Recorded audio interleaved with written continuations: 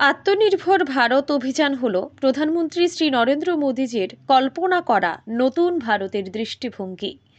ভারতের প্রধানমন্ত্রী নরেন্দ্র মোদীর আত্মনির্ভর ভারত এই স্লোগানকে সামনে রেখে কৃষিকাজের মাধ্যমে কি করে আত্মনির্ভর হওয়া যায় তার এই দৃষ্টান্ত তুলে ধরেছেন সাব্রুম মহকুমার অন্তর্গত সোনাই এলাকার বাসিন্দা উচিমং মগ বিশ্বজিৎ মল্ল খোকননাথরা।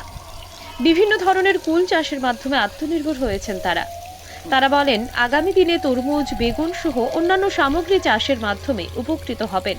তারা এও বলেন গত বছর মে মাসে তারা এই চাষের পরিকল্পনা শুরু করে। প্রায় 7 লক্ষ টাকা দিয়ে তারা তাদের কাজ শুরু করে এবং প্রথম বছর 2 লক্ষ টাকার কুল তারা বিক্রি করে। তাদের ভাবনায় রয়েছে আগামী বছর তাদের লক্ষ্য 15 থেকে 20 লক্ষ টাকার কুল বিক্রি করবে। তারা আরো বলেন বর্তমানে যুবকরা যেভাবে নেশার সঙ্গে যুক্ত হয়েছে তা বর্জন করে বিভিন্ন রকমের পরিকল্পনার মাধ্যমে বিভিন্ন চাষ করে আত্মনির্ভর হতে পারে। সব মিলিয়ে বলা যায় ভারতের প্রধানমন্ত্রী নরেন্দ্র মোদীর আত্মনির্ভর ভারত স্লোগানে গ্রাম থেকে শহরের যুবক যুবতীরা উজ্জীবিত হচ্ছে এবং তাদের আয় বৃদ্ধির সাথে সাথে আত্মনির্ভর হচ্ছে। Bureau report, digital Tripura.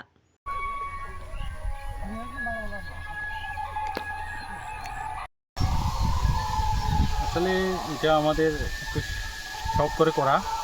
আচ্ছা। তো এখানে আমাদের মোট 9.5 কেনি জমি আছে। 9.5 কমিউনিতে আমরা আপাতত 1700 গাছ নিয়ে আমরা প্রথমে শুরু করি। গত মে মাসে 15 তারিখ আমরা চারা রোপণ করি। তো আমরা তো আশা করেছিলাম এবছর ফল পাবো না, কিন্তু দেখা গেছে আমাদের এই 6 মাসের ভিতরে আমরা ভালো একটা ফল পেয়েছি। অন্ততপক্ষে আমরা 2 লক্ষ টাকা মতন আমরা ফল বিক্রি করেছি। আর পাশাপাশি আগামী দিনে আরও একটু বেশি বিক্রি করার আশা আছে।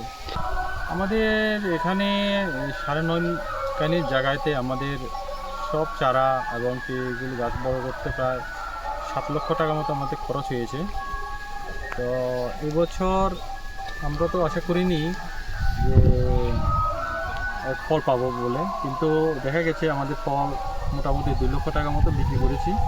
তো আগামীবার আমরা প্রায় 20 লক্ষ টাকা মতো মাল বিক্রি করার একটা টার্গেট আছে এবং হবেও।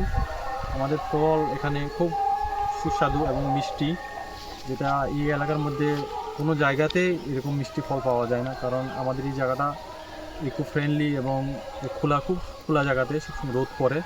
এই জন্য আমাদের এখানে ফলটা খুব মিষ্টি। আমাদের আশা আছে আগামীবার আমরা 15 থেকে 20 লক্ষ পরিমাণ বিক্রি করে। আমাদের এখানে 3 রকমের চারা গাছ আছে। একটা হলো আমাদের মিস ইন্ডিয়া, আর একটা হলো বট সুন্দরী, একটা হলো নারকেল ফুল। আমাদের আছে 75 জলের পরিমাণ আছে, কিন্তু আমাদের যে জলগুলো দেওয়ার ক্ষেত্রে সিস্টেম এগুলো এবছর করানো হয়েছে না। তো আগামীবার আমরা এটা জলের দিকে একটু নজর রাখবো।